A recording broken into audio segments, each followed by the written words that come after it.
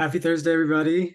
Welcome to the first Fireside. We're really looking forward to the discussion today. I think before anything else, just want to take a little pause and think about where we are in this kernel block. It's obviously just begun, but I hope that each of you feels that there's a lot of potential energy that's been building up over the last only 6 or so days. You have a great group of people, and maybe these titles, distinctions matter less now because of what we've seen in the intro channels and the specific people that you've gotten to see,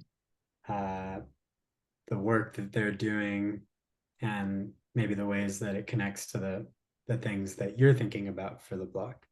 And we want to continue well from this beginning. There's still another 3 or 4 days where really the feeling we want it to be is you're not behind. If you're here at Fireside, you're not behind. You have this time to take a look at the interest channel. If you want to read up on what other people are doing, you have time to refine your project if there's something more specific or different that you feel is what you're actively trying to explore right now. And the rest of the block is where we start to dig in on the specific work or practices that you're keen to engage on. And I think we have really the perfect guests for this type of a feeling. Josh and Aaron have been inspirations to me on just how you build anything, really, and what that process can look like. And I think we'll have a good conversation with them very soon. But let's start with the essentials. I just kind of talked about it. You have clarifying your own project. I think that's really step one. If you feel like you're not so sure, my instinct is to tell you and anyone to sign up for office hours. And this is the one link that I'm going to put in the Zoom chat right now. It's the office hours sign up. It's a very free form link. And if you are thinking about your project, you're unclear on it, we encourage you to host a session and see if that session might be useful in order to clarify what you're thinking about. You can host a session for a 6-minute share on a topic of interest. Perhaps it leads into the project, or perhaps it is already a project that you're thinking about. And we'll have room for 12 to 20 presentations this first Wednesday, which is the first Wednesday office hours. And it'll just slowly get you into flow of sharing your work in the semi-public format, getting feedback and feed forwards on where you could go next, and generally into good conversation, healthy conversation with others in Kernel. We're very early in the Kernel block, and this visual, I'll go into full slideshow mode so you can see it, kind of will give you a sense of where we're going. Firesides are a place where we definitely bring in guests that we think are capable of discussing a topic, but we also want to hear from at least 10 to 15 voices in every fireside. So we're going to get into it. This week's the introduction to Kernel. The play of pattern and trust are the 2 modules. Next week is Ethereum's history and state. Then we get into finance with the global financial system. We talk about taking back the web and that whole narrative that has flown kind of like through the ecosystem of what does the best internet possibly look like. Then we talk about institutions, mechanisms, games, and the gift. So we'll get to some of that future looking stuff later. But for now, I wanted to just really start to get into it. I think that in many weeks, we would talk a lot about trust and the play of pattern. But given our guests this week and this emphasis on building that we're keen on, I wanted to actually go to one of the briefs. And so I'll go to the site just so you see it. So trust, the play of pattern. Play of pattern is where we introduce that really this is a book of questions, and the idea of Kernel's book is to be kind of an expansive time to think broader about questions and pattern recognition. And so the idea of complementary opposites gets introduced, where we're looking for patterns that are not that are kind of in between. They're somewhere on the spectrum, and this is described as quantum thought, being able to contemplate 0 and 1 simultaneously, as well as the spectrum of probability in between. It's then first referenced in the trust module, which demonstrates one of our first uses of the complementary opposites idea.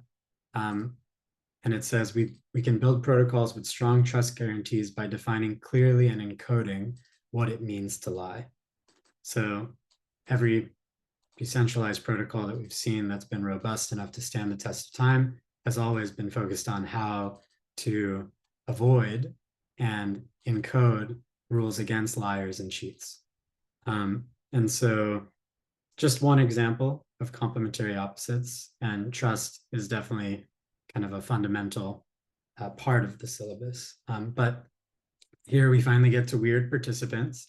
It's one of the curated briefs of the week, and it has a lot to do with one of these questions that we're trying to be more specific about in Kernel. So it's a new brief. It says, how can we make money more habitable?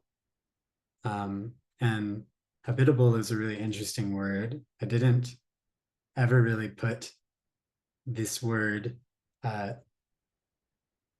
in context in the way that I was able to after reading this module, but you have the word habitable, habitation.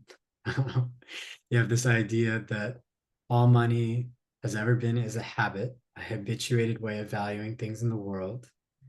And then Kernel having a focus or an emphasis on rehabilitating money.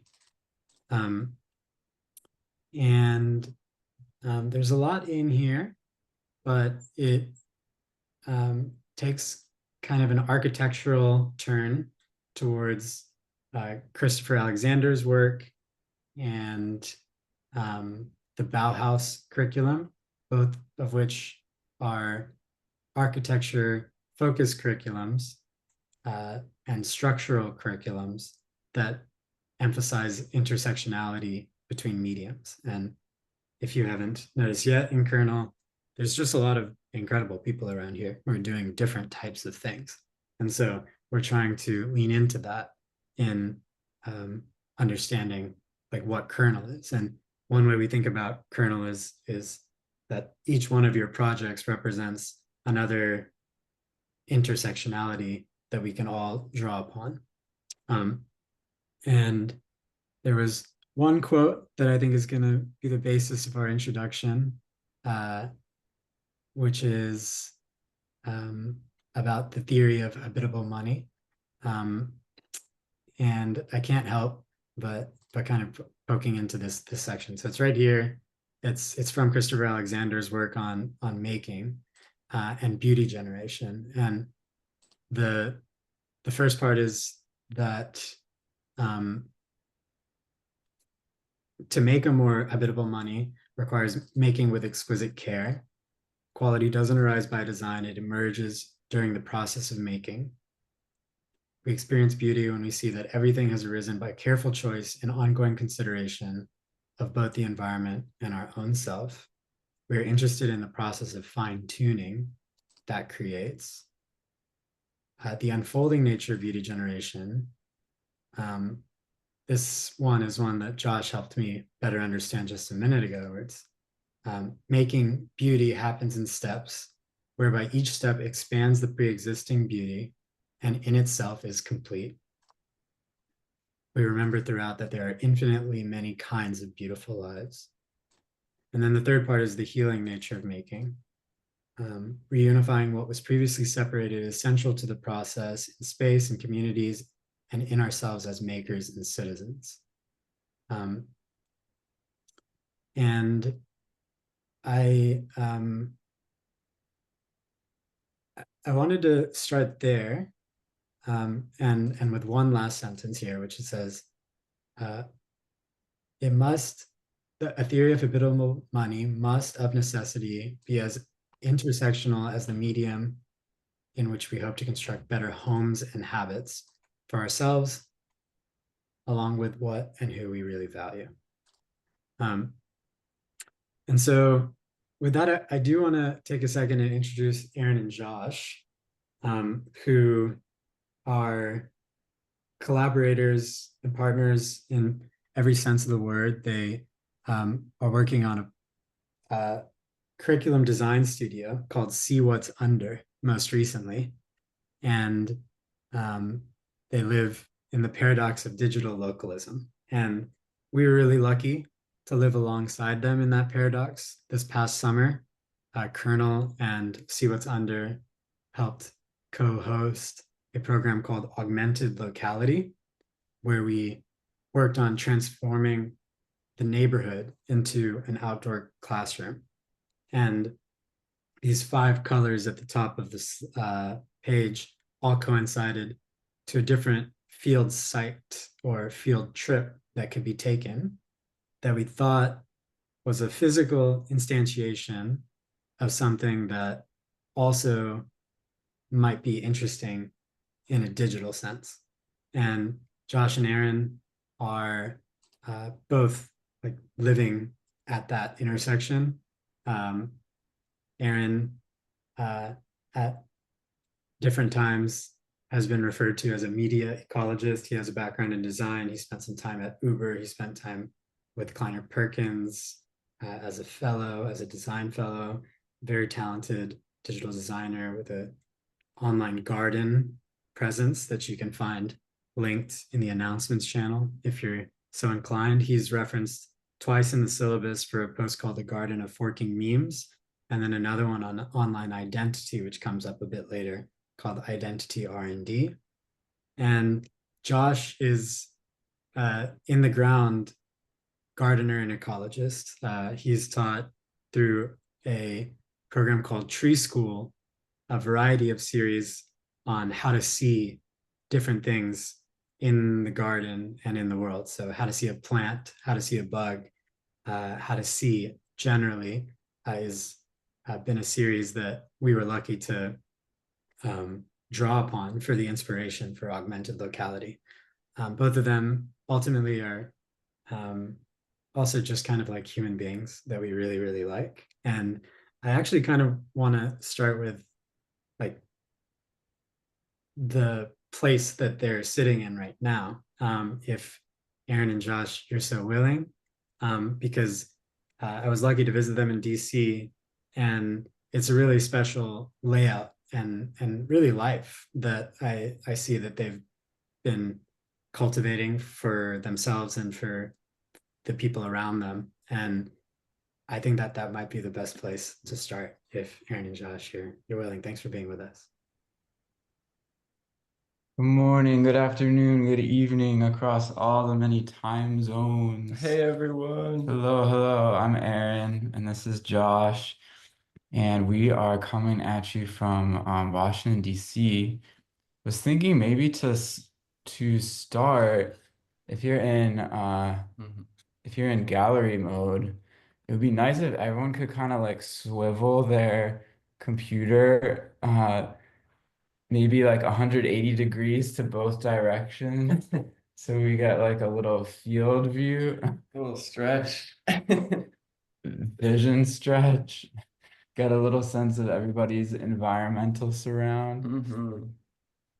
Remember that your screen has a backside. So just like, what does the backside of your screen currently look like? I see Imagine it, some look at it. bikers going past the window. I see some streetscapes, see some beautiful house plants and window light, Mhm. some people walking around, public spaces, private spaces. What a good mix. Thank you all. Yeah, and then to continue this sort of exercise of finding our place here, all streaming on this call, maybe we could do like a blink really quickly. And so if you're comfortable just kind of blinking off your video for a second, this is like you're closing your eyes, but we're also going to close our screen's eyes for 1 second. And now that our eyes are kind of closed, we're gonna find that environment you're streaming yourself from onto this grid together. Look around you. If you're indoors, maybe like think of all four of the walls. If you're outdoors, maybe the four cardinal directions. Sort of kind of find a spatial orientation here in your body, in your place, your physical place. And then sort of working with Christopher Alexander as just an early, easy thing you can do, talking about beauty. Find something you're naturally drawn to in your room or your environment right now. Where does your eye naturally want to fall within your space? Where does so your attention shift towards something? So kind of identify something that's drawing your attention, and then through the power of intention, maybe move it closer, move it further away, put it in a new perspective. Maybe don't move it at all, but just move your head so that you can see it at a better angle.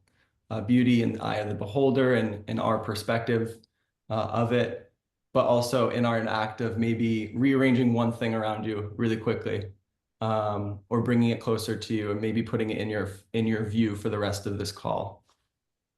So I'll give you all just a little bit of time to do that, and then we'll open our eyes and we'll come back on screen.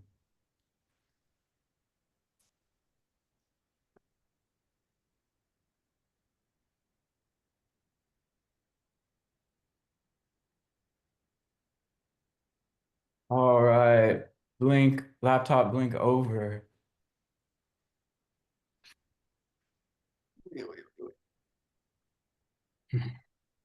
Nice. Good to see you all. Well, thank you, Vivek, so much for hosting us here, and for inviting us to come share. It's super exciting that you all are spinning up this new block. I know for me, Kernel has been such a little oasis on the internet, with a real reverence for the timeless way of building and the beautiful ethic of bringing a sense of the importance of human flourishing to the tools and products that we make. So I'm always grateful for Kernel and always inspired by the people who come through, and trust that you all are going to have a really awesome experience these next few You weeks. guys are X too, like that's the best block. All right, Vivek, where should we begin? We can talk about the garden a bit, but yeah, anything you want to queue up, We Vivek? did the 180, but we Yeah. didn't get fully around. And Let's see. I see a black squirrel. I see a sparrow eating from our little bit of bird feed we're feeding late in winter here in North America. It's been cold. It's been getting warmer. The birds are happy. You can't quite see, but this is our studio where we work from. And behind it is just a typical alley, but it happens to have this big vacant lot in the center of this DC alley. And so Aaron and I have been working out of this place and also like literally working off of the land here in this alley, turning a vacant lot into a place where the community can come together, and just become better hosts of each other. So we have a community events model at Temperance Alley Garden where people sign up to open the gates and have someone help them bring to life a gathering, really practicing the art of gathering, and all that comes out of that. So a lot of spontaneity and play, as well as a lot of seriousness, meditations and yogas, wellness related things, and then artistic. So music, and stand-up comedy, and paint nights, and just sort of running the whole gamut. But yeah, grounding ourselves out of our home here in the studio and our home here in the garden. Aaron and I work within a neighborhood, and we've really invested in sort of hyper-local, the textures of hyper-localism as what really can like fill in and solve for what a lot of times our theoretical or larger discourse is pointing towards as these huge, big problems, knowing that that only ever comes in contact with anyone's life here on the ground in their neighborhood, and really, really investing in starting there, and not taking anything as too small. So now I'll let Aaron speak a little bit to the Christopher Alexander bit within that ethos that helped us kind of create this space, and how actually living into those theories challenges and opens up a new sort of a way of being, which touches on all the themes y'all read for this week 0. Yeah, so through this garden project, we've really been exploring this concept of habitation and how an environment that you steward becomes like clothing that you wear. So when we walk out into this place that we've been helping to come to life, it really is a habitat in the sense of a habitat for neighbors to encounter one another, a habitat for the wider living world to find home, and then also something that we feel that we feel at home and when we put on. And our approach has been focused on kind of like what Vivek was sharing about augmented locality. Our questions, our style has been all about how do we take something that feels really simple, maybe neglected, maybe unloved, and augment it with different types of like overlays that help you see the place anew. So all of our interventions kind of help our neighbors and ourselves through very sometimes simple low tech means, sometimes higher tech means, see the place in a whole new light through a new overlay or translucency. And Christopher Alexander's approach to building has been really integral to that whole process. And the really key thing there has been the way that he invites us as placekeepers to really notice the ground, notice what's happening on the land, and then really pay attention to the mediums of prototyping and the mediums in which we're designing what might actually develop on the common ground. So instead of focusing on making renders or models on the computer or sketches on pieces of paper, the question becomes, how can you actually inhabit your blueprint? How can you make a three-dimensional blueprint where you're going out to the site where this place is growing and you're creating really simple, cheap mock-ups of how the place could evolve and what it could feel like, and then you're living inside of that three-dimensional blueprint, making your blueprint into a habit or habitat instead of just something that you're looking at, from a remove. So that's a little bit about how we've been thinking around habitats and augmentation and the sort of placekeeping approach to placekeeping that makes us and our neighbors feel at home. Yeah. I was really lucky to attend or first visit the garden on a Saturday, and just like to try to color in these small but really well thought out, I think the word Aaron uses, interventions.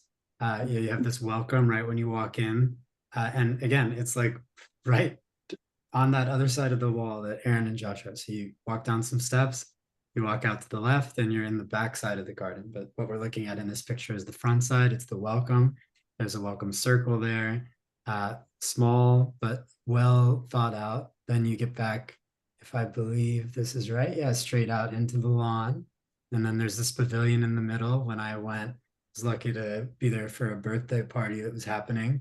And there was like 15 or 20 people with food and drinks just kind of hanging out in the middle.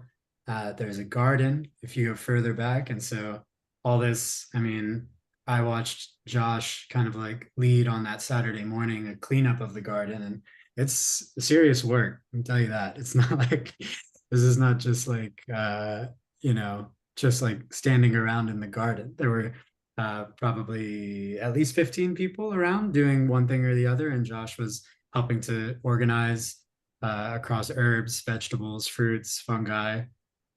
There's this uh, story circle in the back, which sometimes referred to as memorial or a time machine or a listening space used in different ways. A time capsule, a place where you can put things. And so there's just these different little interventions. And I think hopefully that is just broad strokes on the type of beauty that they've been able to imbue. And again, for me, it's like it's not I can repeat it 4 times. Like it's right there. It's right where they live, and it gives them a chance to walk out into it. I'm sure in many ways that I've never really even gotten to ask them about just how that is. But for everyone here, it's worth knowing and remembering that this was literally a slab of land when Josh and Aaron moved in, and there was no grass, let alone anything above it. If I'm telling the story correctly, and so this is what they were doing in person. They both are people of the internet as well, and perhaps from here, Aaron and Josh, we could talk a little bit about the 5 field trip ideas and the ideas that went into augmented locality, and perhaps like the emphasis on architecture and structure that was placed in the curriculum design.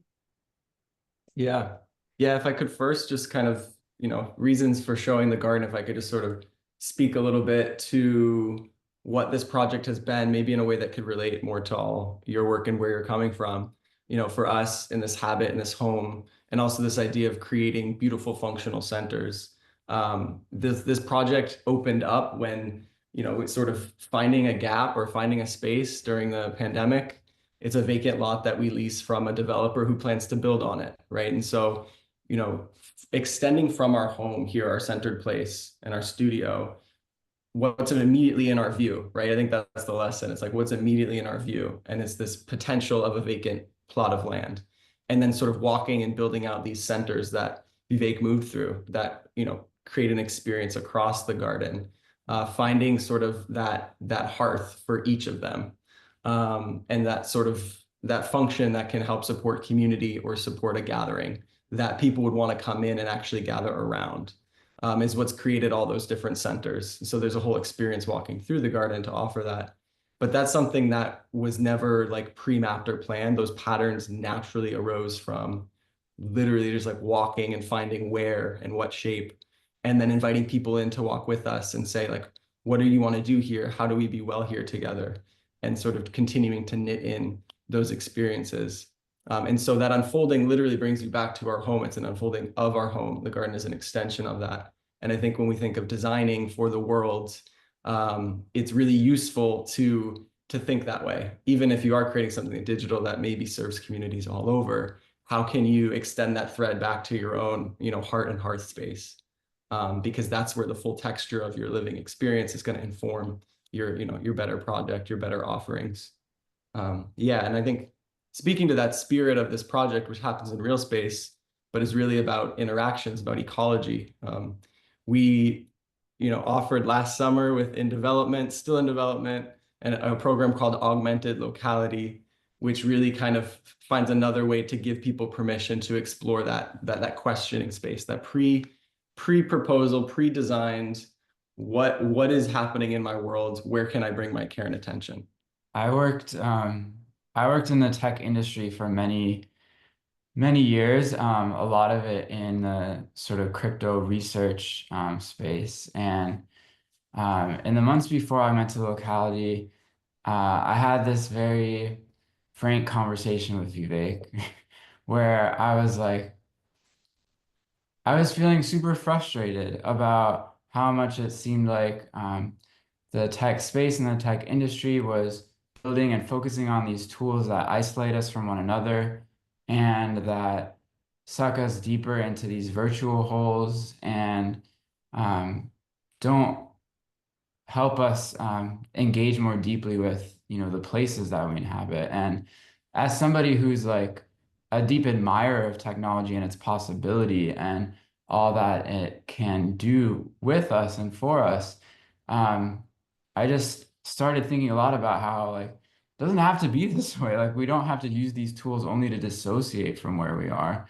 These tools don't have to be dissociative. They can actually invite us into deeper communion with our place.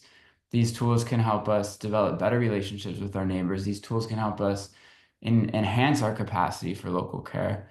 And so the field trips that we designed through Augmented Locality were all designed to explore this question of how can we build both software and hardware tools that don't have an escapist tendency, but actually invite us to become better neighbors. All of the participants received this little box. Right. So you have Kernel's book, and then we built a box.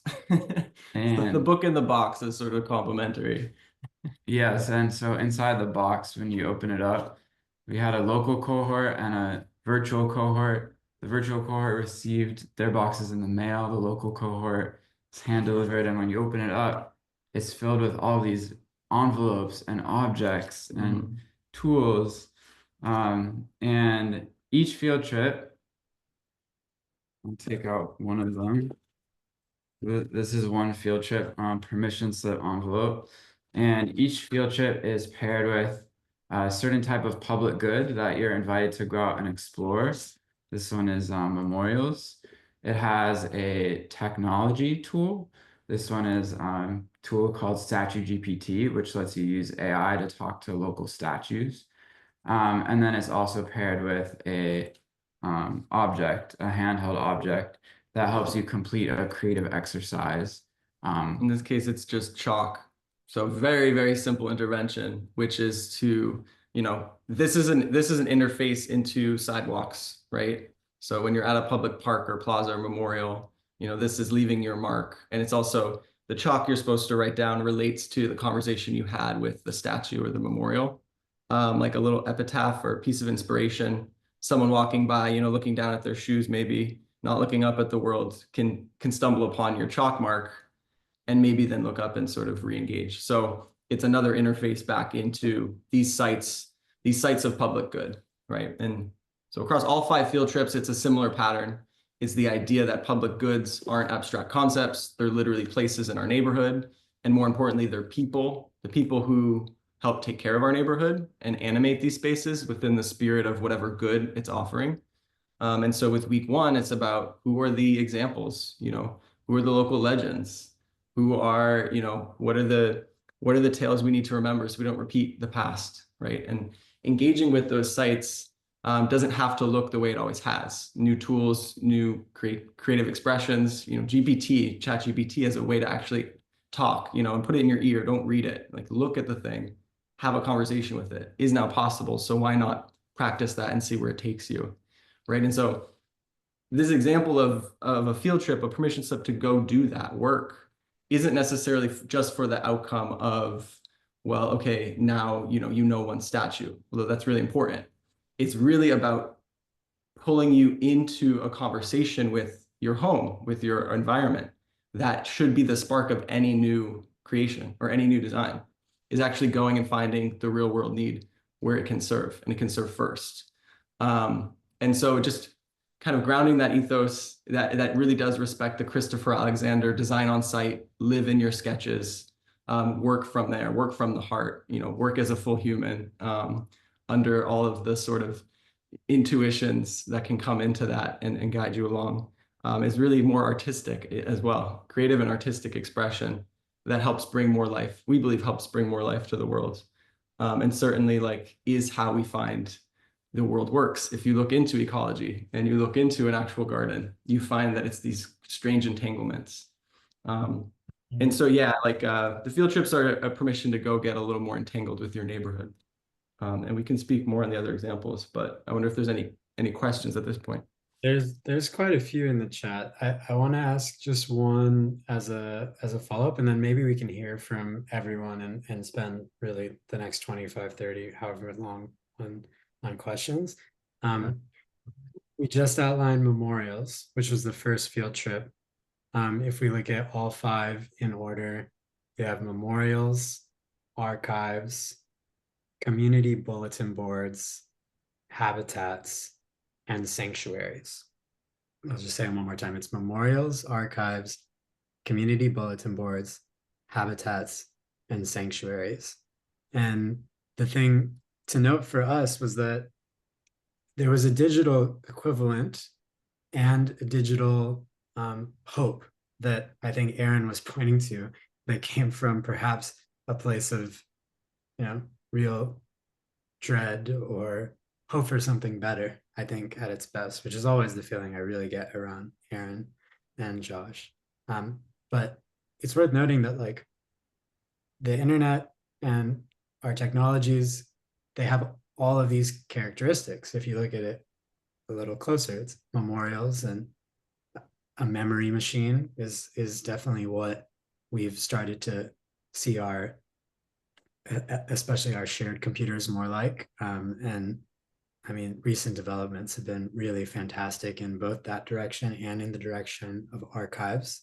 One big archive of all of our knowledge is now being referenced in a way that has never been before.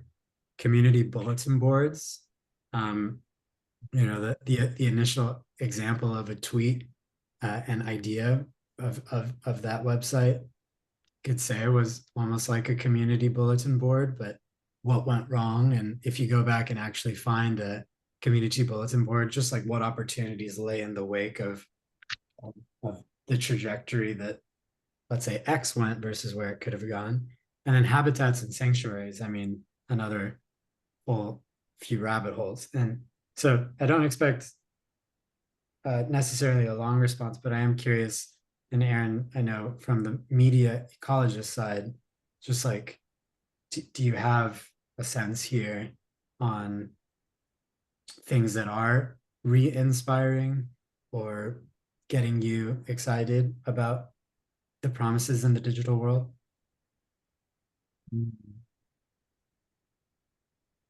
I think that what we try to explore across the trips here is like a really broad spectrum from very low tech to very high tech, and a way of pairing like the very high tech things with very simple interventions, like chalk is technology too, you know? AI with chalk. Yeah.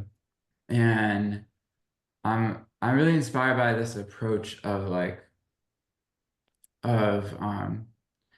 making the cloud rain, we like to say, of just like finding ways to embed the tools into the environment and to make the environment itself the interface to all of this like beautiful memory and wisdom and archiving.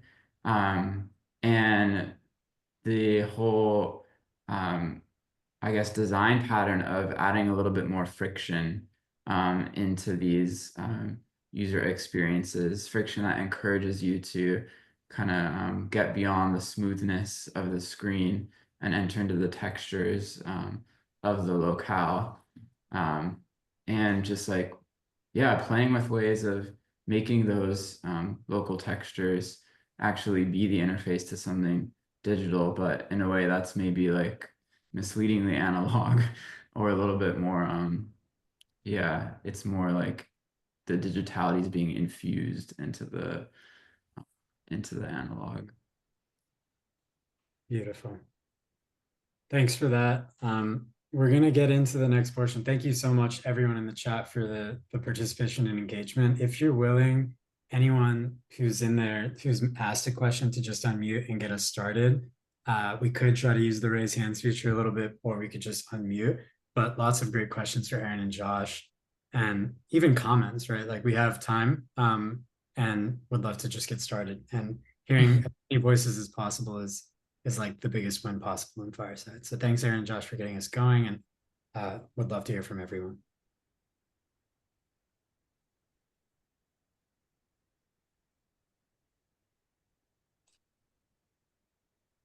I've got a question. I was wondering what's been some of the responses from the community from all this, and what surprised you through doing this? Yeah, that's a big question. Well, I think the process of transforming, you know, a lost space, an unloved lot into community hub was very like slow and drawn out. And at first it felt like, you know, you put a lot into trying to put an event together and then like 3 people show up. And then, you know, last year we got to the point where we have a whole fellowship program of 8 stewards who are running like 200 free public events over the course of the whole year, and it has sort of like, you know, a life of its own. So it's been really beautiful to see the way that neighbors have responded to the invitation to inhabit this type of place and come and bring their creative event design and production into it. And the way that I think what's been really cool about the response to augmented locality has been seeing how the projects that have kind of been sparked by it or inspired by it in the wake of it, from the people who participated, they took some of the kind of design principles and ways of practicing creative exploration and fully made it their own. So yeah, I don't know if you want to speak to any of those, but we invested very much. We had a digital cohort sending boxes around the world, learning how like FedEx and USPS work was really fun as like a small business. But then we also were like, well, we need to complement that with our local cohort of about 10 learners here in DC. And from that group, you know, investing, you know, this was go out and experience your worlds, come back once a week and tell us about it. But something about that local cohort and that circle we met in has really sparked forward. Now, you know, we're not even a year out, but from that circle, we've met some just like really inspiring people who are collaborating on their own things and in their own ways, I think have added back this idea of like hospitality, strangely enough.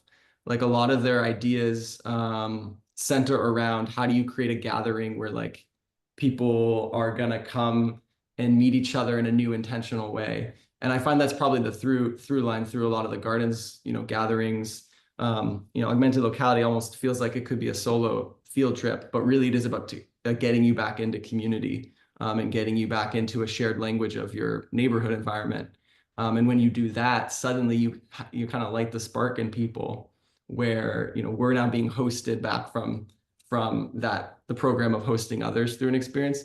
All these wonderful new projects are spinning up where, you know, we're being hosted and invited into their world. And so it's like the won't you share this world with me? Won't you build this world together kind of energy that permeates it all, which is really lovely. It's beautiful. Won't you share this world with me? We build this world together. Maybe if we can, Ramona and John, and we can kind of like flow through, and then Aaron and Josh, at any point you guys want to respond. But please. Thank you, Vivek. Actually, like you asked me earlier if I wanted to share something from yesterday, and then like something that Aaron and Josh said actually triggered that, and it came into like you guys mentioned something about friction being very useful to actually have people stop and think and engage with, participate with reality, and like be more present. And this ties into yesterday we had a junto discussion about money and like, the flow and like Sophia, who is not here today, I think, but she just raised this like, no, actually friction is useful. Counterintuitively, inefficiencies and points of friction are actually useful in a system, in a flow, because this is how you engage with the system, you raise awareness. And I was wondering if you could share something like a little bit of that trickster energy, counterintuitive points in terms of the story of how you built your garden and how it actually grew and how people got to engage more with it. Because you were mentioning like first workshop, 3 people showed up, and then it's sort of like it grows further. And I think friction may actually be one of the keys for that. It's just an intuition, but I would love to hear more. Yeah. Well, our former roommate, he was living here before we got here, and he would look out this same window and see a lot that was barbed wired and locked up. It's about 10,000 square feet, so it's pretty sizable. And he's wondering at the beginning of the pandemic, how come this space is completely inaccessible? This would be a great gathering space during a time when people are feeling really isolated. So he started doing the legwork to figure out who owns the site, and was just super persistent, email after email after email, trying to get the developer, which is like a big multinational corporation, to respond. And eventually they did. And over the course of a long negotiation, he was able to work out an arrangement with our neighborhood association to get a temporary lease on the site. But in terms of the friction piece, I think the main friction that we've introduced or that is present in the garden is we don't we don't host any private events, and anytime the gates are open, there has to be a host on site who is actually facilitating something, or creating a habitat for people to enter into. So we don't really have such a thing as just like open up the gates and come by. Every time the gates are open, you're stepping into somebody's world. You're stepping into their curiosities, their passions, their concerns, something that they want to share in a more structured, facilitated way with all of the people who come. And that's a very intentional friction, because that host energy, that hospitality, is really key to creating a social field where people feel like they have permission to actually speak with one another. It's more like a shared backyard than a public park, where you're never anonymous to the other people. You can always just walk up and say hello. But that really requires some of that friction in terms of the whole like event sign up and facilitation and hosting way of inviting. Yeah. So it's so it's a public good, which is never a public good. Like it's a public good that you've created, which is always owned by someone, like in a yeah, we've symbolic heard the way. term soft public, which I kind of like. Yeah. Sort of this permeable, this a little bit permeable, not totally, gates wide open and not totally closed. Right, but publics are made up of people, right? Like there's always a person there, right? There's always a person that has real interests and real ways of speaking and real artistry. Wait, one sec. What is it? Yes. Yeah, there's always gonna be a person there, and that actually is what creates the center for a public conversation to emerge around it. Same with the sites of public good with augmented locality field trips. Through the questions that you're invited to answer as you observe the site on each field trip, we always tried to be like, hey, find the person that's caretaking this, or can you figure out the organization that like comes and does this, or you need to go talk to the librarian and ask what's their favorite part of working at the library, right? It's like find the people again, because the people are the public. Like that's the insight there. All right, let's bring John in here because he was a participant actually in Augmented Locality. I think you had a question, but now your hand is down. I have lots of questions, but maybe we can come back to me. Okay.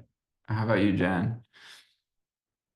So the idea of transposing digital or online affordances to an IRL environment, like that makes a ton of sense. And I think there were great examples about that. I mean, the bulletin board is maybe the easiest one, but the effect I'd imagine isn't trivial.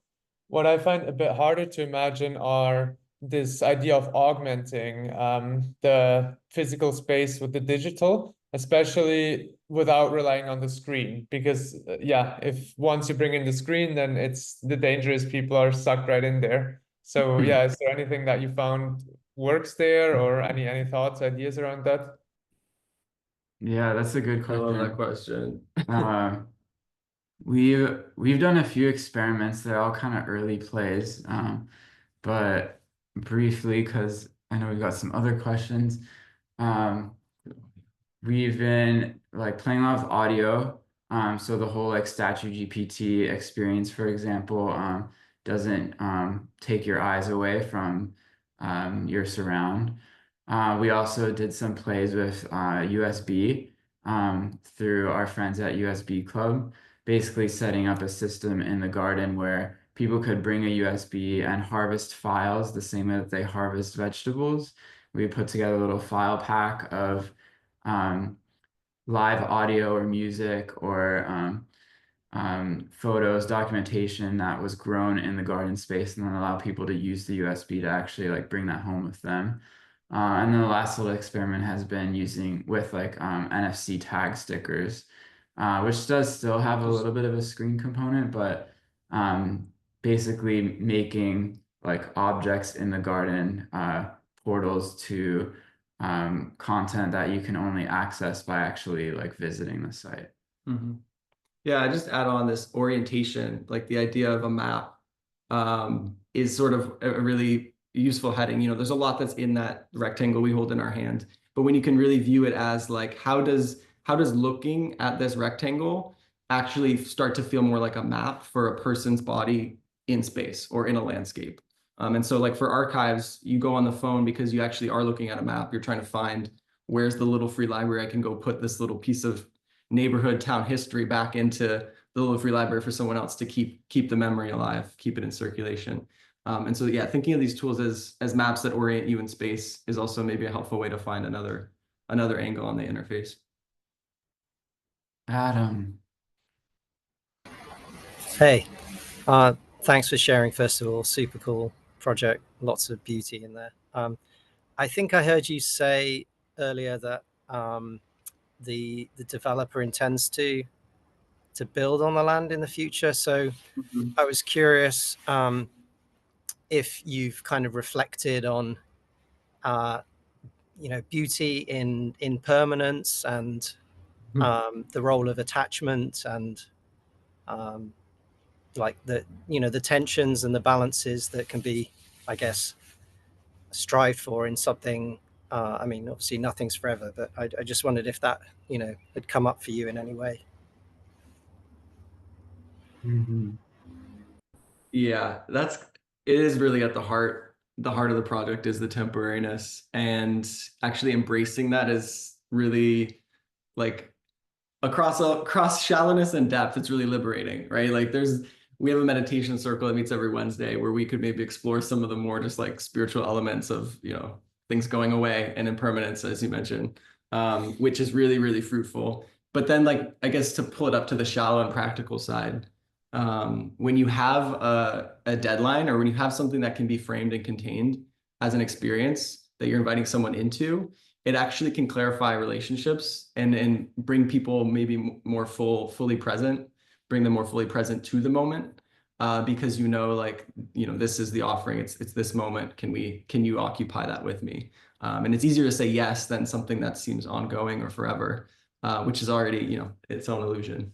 And it clarifies with these waypoints across a garden has seasons. It has a big growing season, sowing, growing, and harvesting. There's always these moments of checking in, and under that story circle you saw in the design, that dome, we do story keeping every month, and people are invited to come reflect and just talk about what that was, and finding moments to find punctuation in community rhythming is really important. So the temporary aspect kind of creates the rhythm, the sort of shared clock and calendar. And we really, as designers, we really love expiration dates. I think it's really important that things have a natural lifespan and can die as well. We should start getting into slightly more quick fire mode, but Vesta, please. And we don't have to start right away, but just like a slow trend. Because there's a lot more and a few I want to make sure we get to. But Vesta, please. Thanks. Yeah, I've loved everything that you've been talking about. And when you said the word augmented locality, like in my mind, someone before was asking the question about like what digital interface, like specifically, like what, like how do you implement the augmentation? But the way like I see it is that like we already are somewhat augmented anyway with this like insane access that we all have to the internet, YouTube videos and hacks and stuff. And so yeah, when you were saying this, it kind of made sense. It's like we can now enter our physical realities being aware of like so much, so many solutions. So I'm wondering if, yeah, like the people who get involved are also inspired to kind of bring that in.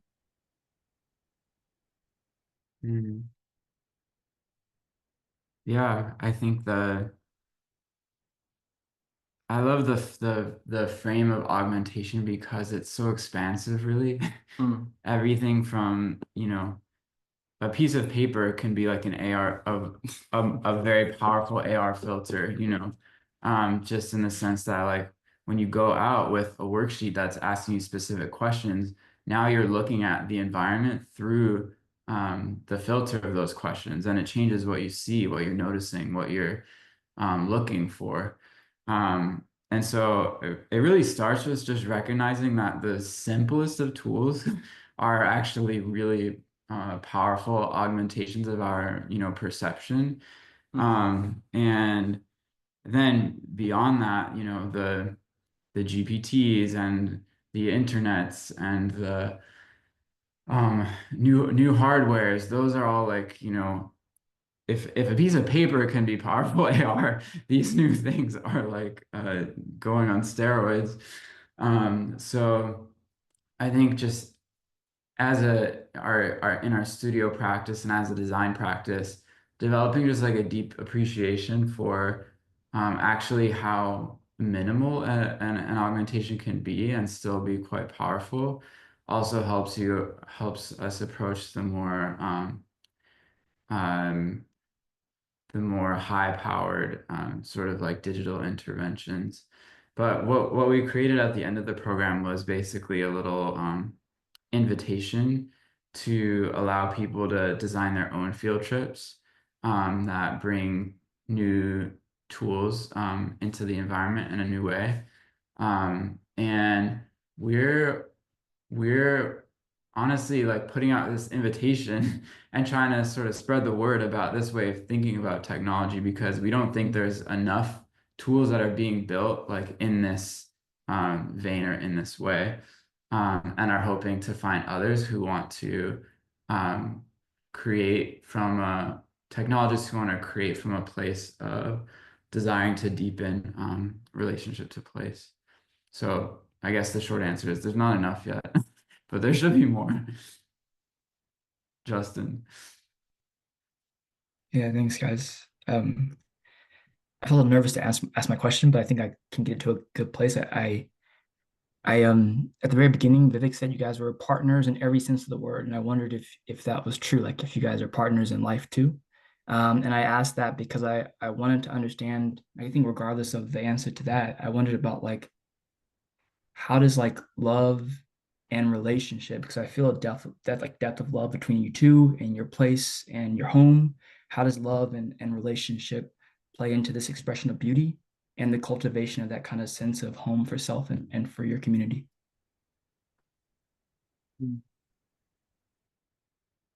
Deep. I mean, yeah, that's a beautiful question.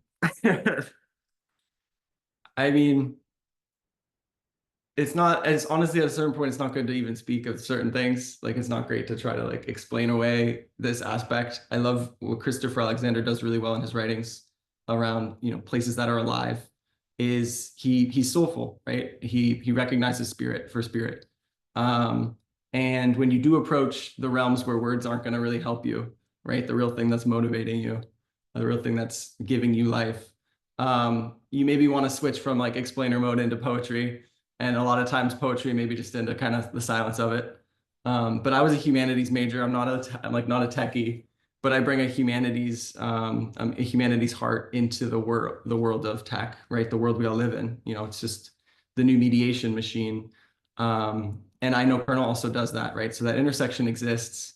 And I, you know, alluding to poetry, I think of one line I wrote once around like machines learn how to bleed too. like, my heart still beats, yet my fingers don't know how to tap the same feeling to you. Machines learn how to bleed too. Something like that, which is just to say, like, we still have hearts. And obviously, the more mediated we get, maybe sometimes it can be easy to fall into the aesthetic or the distraction of it, but it's not true, right? And so there is the space where, it's still, we're still humans living our lives. And of course, finding your own relationship to that is important, and et cetera, et cetera. I could point also maybe to week 5 of the augmented locality is to go to a sanctuary, however you define that space, wherever you find that space, and sit and notice, and have a conversation with space and self over time. So sanctuary is definitely really important to this conversation, wherever you find that. And yeah, definitely, we're at a fireside, so the hearth's, keeping flame and love alive is definitely, it's everything. It's at the heart of everything. The garden is a love letter, and it's written in sign language. That's what I'll say.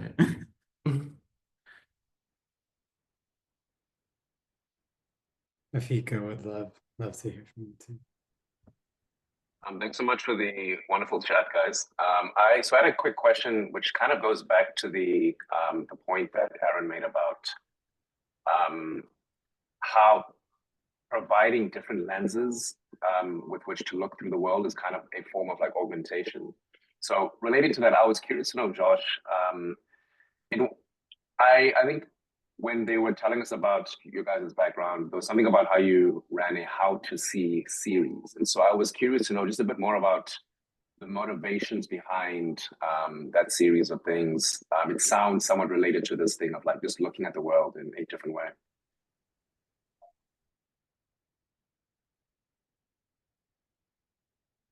Yeah. Do you want to try to answer a little bit of that? Sure. So Josh is the designer of How to See, and I was the TA, the first student and the teacher's assistant. And How to See is really about addressing the malaise of plant blindness and realizing that oftentimes the other living beings in our surround blend into the background such that we don't even notice them as fellow travelers along the way. And How to See is a really beautiful blend of art history and meditation practice and ecology. And it's really about cultivating this sort of reverential observation. Or sometimes we call them like permission slips for attentional field trips, where you are invited in a very particular way to attend to beings that maybe normally fall below your the surface of awareness. So How to See was a 5-week exploration of basically like different ways of seeing all the different types of plants that you might find in the garden. And it was a beautiful just like mix of meditation and practices in the art of close observation. Mm-hmm. And I'll say in the garden, my favorite thing we do, probably the most important thing we do, is we host field trips for 2nd graders who are doing the great, primary school rite of passage, plant a seed in a cup and learn how it grows kind of thing. And so we get to be sort of an enrichment field trip for them when they come to the garden. And How to See is like that for adults. It's like, hey, you can go back and do that elementary school activity. And so literally, from the basics of like, let's just do one eye at a time. Let's look and realize we're bifocal, and then let's pick up a piece of clover and like stare at it, and then turn to your partner and talk about what you're seeing, like the basics, hopefully making that fun and engaging, for adults who are coming to a garden, in their like free time. But really, really deeply engaging with the base truths and the elementals of the worlds. And like, that as a practice cultivates sort of a new awareness that permeates everything, right? So that grounding, which can be found in a garden or by staring into a flower, like actually does make better internets. Like it changes the way you interact with anything that's mediated, which is everything. And so like it's really a foundational exercise in looking and paying attention with love and care is the idea. Look with care. That just on the thing of children, one thing I've realized is like when you get older, you kind of habituate to things. And so I found when I hang with like kids who are like 5, like that is one way to just like naturally force you like to peel back those layers you kind of like added on as you've aged.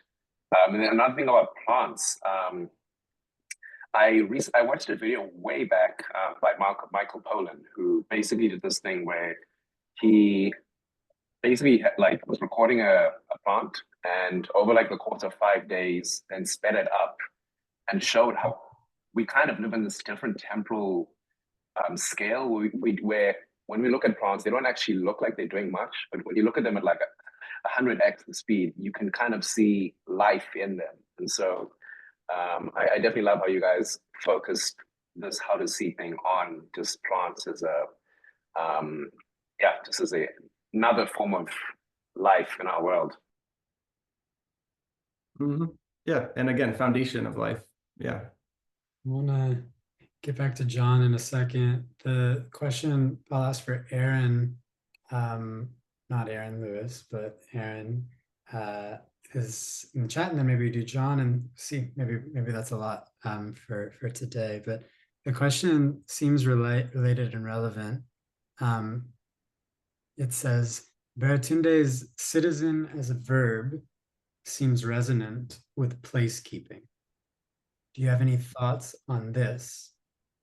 Citizenship of habitats. Yeah.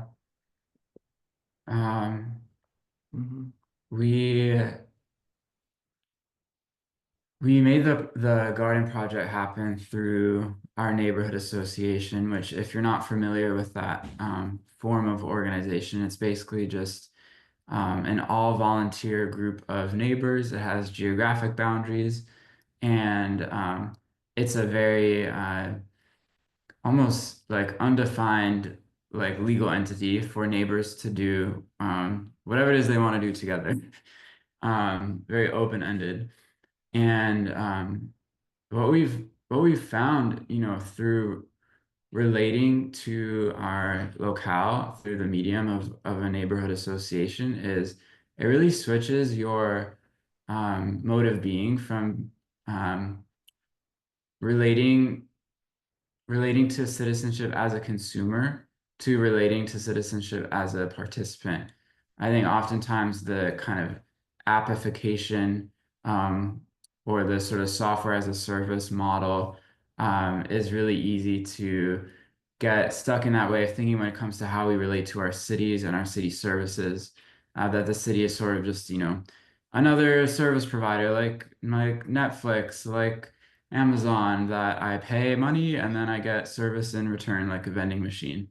And the beautiful thing about like learning the art of neighboring is like, it's not just about what services can I consume from, my elected officials, but it's like, how can I be service for others? And how can my participation cultivate a sense of collective responsibility and agency where we are not just waiting for other people to fix things, but we're actually practicing the art of keeping and parenting the places ourselves. And that form of citizenship, for me at least, has been a big shift from the way that I maybe used to relate to it. Josh, and I'd also be curious, thank you for addressing that question first off, but I think related to this module, I'd love to hear you all's take on trust as it relates to what you all have seen and done there. I think there's often this like mantra adage that you can't accelerate trust and it comes from being in community. And yet in this kind of blockchain text space, we're talking about encoding, you know, what it is not to lie, that creates trust. And so I think it would be interesting to hear kind of you all's take on what you've encountered with regards to trust and how it moves in the context that you all created. Yeah, and I'll just admit I'm very fascinated from years back when I heard like, well, so within the crypto space, it's really about creating trustless environments. And my training and my background is like kind of is just like gossip that like, wait, that's not even possible or maybe not even desirable. But so I hold the tension there, and exploring both sides is great. But I can speak really briefly to a training I received and would offer it back to youths at the summer program I used to go to. And we define trust as like a second order effect, a second order value.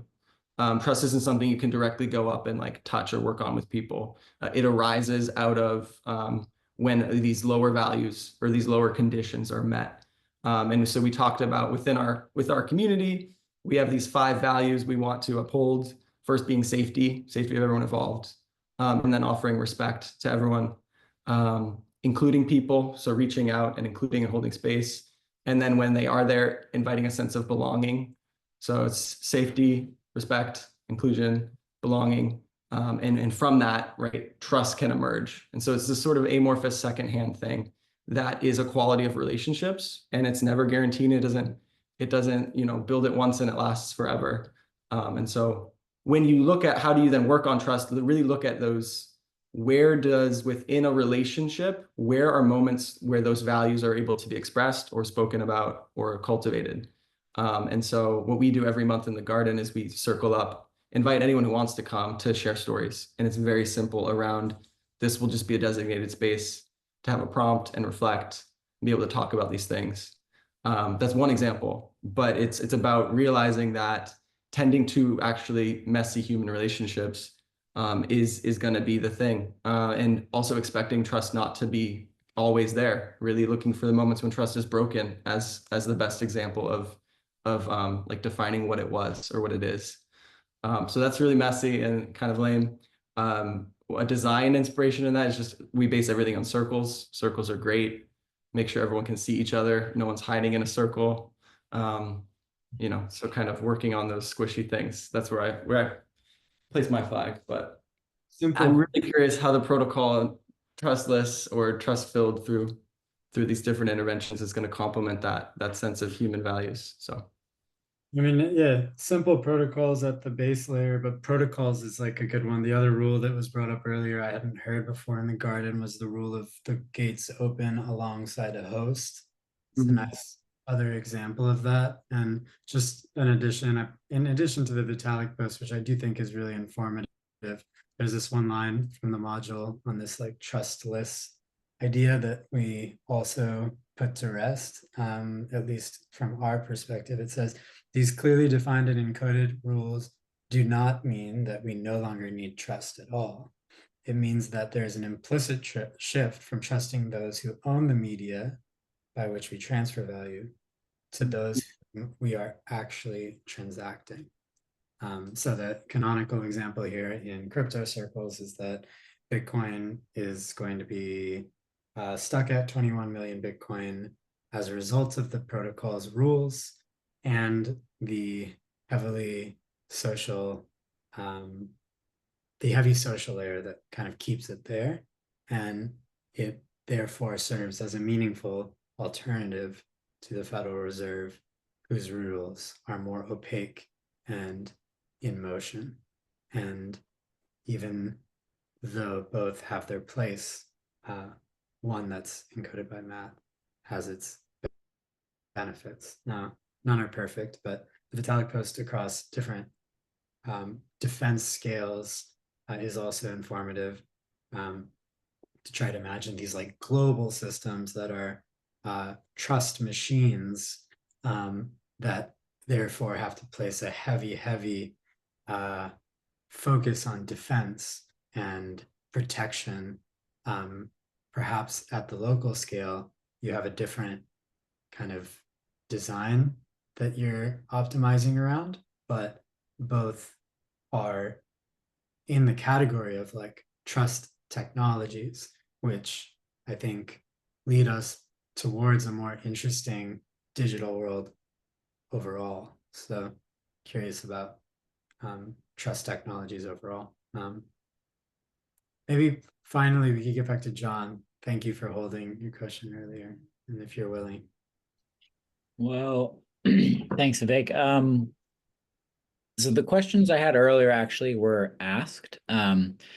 They had to do with how can we notice better. And I thought, COVID kind of forced us to slow down and notice things that we wouldn't have noticed before, like a beautiful open space that's behind barbed wire. But now we're kind of back in the din, and it feels like it's tricky to maybe look creatively.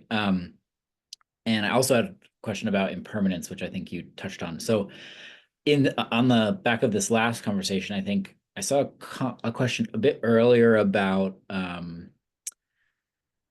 I guess, we kind of just went over trust emerges from safety and respect and inclusion. And I think the being in the middle of a big city, a lot of people would probably be maybe a little bit worried about trying to do something like you've done, because there's an assumption that there's too much ill will, right? And that ill will might come in the form of active malevolence, like hatred, people with a violent impulse, or fear, or just ignorance. And so I'm curious for you to talk a little bit more about how you think about that, and maybe we could frame this as what it means to cheat and how you've defined that. But also maybe also to shed a little light on if this is something you've actually experienced in practice, or if what I suspect is maybe the case that it's not really as much of a problem as we might worry that it would be.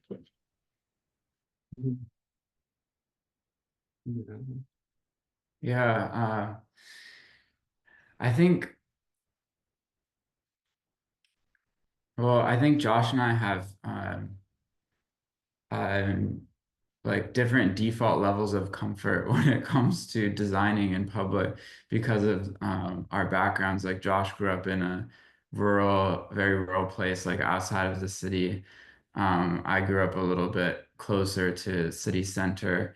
And I think that's been a very like generative and creative and productive tension in terms of our like design practice of simultaneously having the little bit of, wariness or carefulness around like how do you create a place that's very open to the public off the one of the busiest streets in DC that's like uh, main drag for clubbing and going out to bars, and right behind the corner there's our garden. It's not like out in the in the fringes. And then my approach or my interest is more like these kind of weird, very like I guess open invitations. And I think finding the place in between that like default trust or comfort and the attention to the ways that things could be abused or go wrong is really important to have that balance, because you want to, especially if you're making a place that's in a very open public setting, soft public, you want to create like thresholds and a sense of membrane where when people pass through it, they do feel like there's a little bit of you know psychological and physical as well as safety. The only times I think we've really felt it violated is like with theft, like people's bikes being stolen, or possessions being stolen. And you do feel it as like it's a really like emotionally intense violation when you invite people into a place, you try to ensure them of safety, and then something important to them gets taken, right? And that's not something that you can easily necessarily like make whole. But those types of experiences have really attuned us to trying to be really intentional about the threshold design and the way that people pass through like various gates along the length of the space. And what Christopher Alexander talks about is the gradient of intimacy. So as you go from front to back, you have like the foyer lobby, which is more open and accessible, all the way to the back where there's the more intimate story circle under a geodesic dome. And to get to that space, you had to have passed through 3, 4, 5 different thresholds. So yeah, paying attention to that is, I think, important for making a place where people feel at home and not necessarily on edge. And you as the host or the facilitator do that work of like, you know, keeping your eye out to make sure that there's nothing going south. Thanks for the reflection. I think we are at really good time. Aaron, Josh, thank you so much for everything. We have one final offer from Justin for a small poem, and we can wrap from there. It's not the smallest of poems, but I'll offer it. And if people have to hop off, that's okay too. I'll just read it in full if that's okay. Is that all right? Sure. So it's Trees by Hermann Hesse, and it says, "For me, trees have always been the most penetrating preachers. I revere them when they live in tribes and families, in forests and groves, and even more, I revere them when they stand alone. They are like lonely persons, not like hermits who have stolen away out of some weakness, but like great solitary men, like Beethoven and Nietzsche.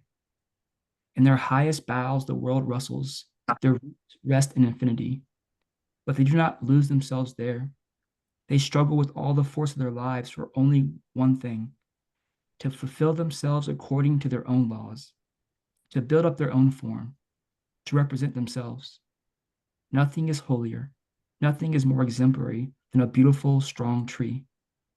When a tree is cut down and reveals its naked death wound to the sun, one can read its whole story in the luminous inscribed discs of its trunk, in the rings of its years, its scars, all the struggle, all the suffering, all the sickness, all the happiness and prosperity stand truly written, the narrow years and the luxurious years, the attacks withstood, the storms endured.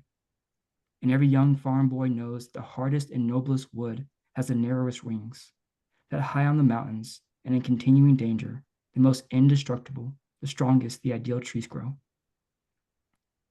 Trees are sanctuaries. Whoever knows how to speak to them, whoever knows how to listen to them, can learn the truth. They do not preach learning and precepts. They preach undeterred by particulars, the ancient law of life. A tree says, "A kernel is hidden in me, a spark, a thought.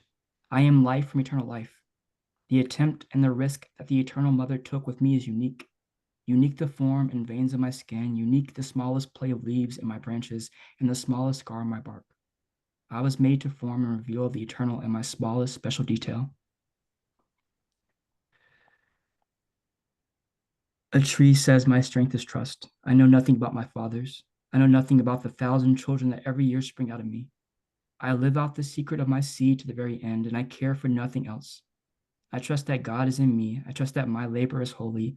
One, out of this trust I live." And this is the last little bit. "When we are stricken and cannot bear our lives any longer, then a tree has something to say to us. Be still. Be still. Look at me. Life is not easy. Life is not difficult. Those are childish thoughts. Home is neither here nor there. Home is within you, or home is nowhere at all. A longing to wander tears my heart when I hear trees rustling in the wind at evening. If one listens to them silently for a long time, this longing reveals its kernel, its meaning. It is not so much a matter of escaping from one's suffering, though it may seem to be so. It is a longing for home, for a memory of the mother, for new metaphors for life. It leads home. Every path leads homeward. Every step is birth. Every step is death. Every grave is mother. So the tree rustles in the evening when we stand uneasy before our childish thoughts. Trees have long thoughts, long, breathing, and restful, just as they have longer lives than ours. They are wiser than we are as long as we not listen to them. But when we have learned how to listen to trees, then the brevity and the quickness and the childlike hastiness of our thoughts achieve an incomparable joy. Whoever has learned how to listen to trees no longer wants to be a tree. They want to be nothing except what they are. That is home. That is happiness. Thanks, Aaron and Josh. Thank you all. Thanks everyone for being here. Take good care. Justin, thank you, thank you, thank you. We'll be back next week, obviously. Encourage you to be like those trees and share what you have. We're excited for it all. The block really starts pretty much now. Take good care.